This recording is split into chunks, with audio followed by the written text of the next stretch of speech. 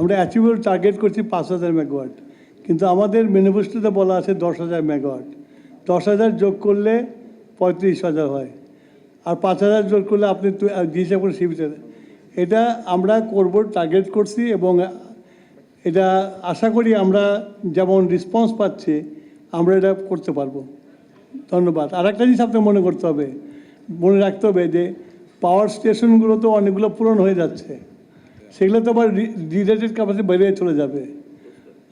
তো ন্যাচারালি আবার নতুন সংযোজন হবে, যেমন নিউক্লিয়ার পাওয়ার আসতেছে ইয়ের থেকে, রূপপুর থেকে।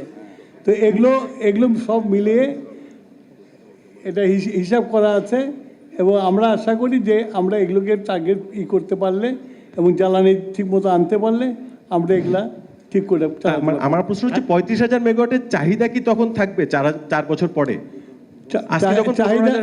চাহিদার বারে একটা স্পিনিং মার্জিন রাখতে হয়।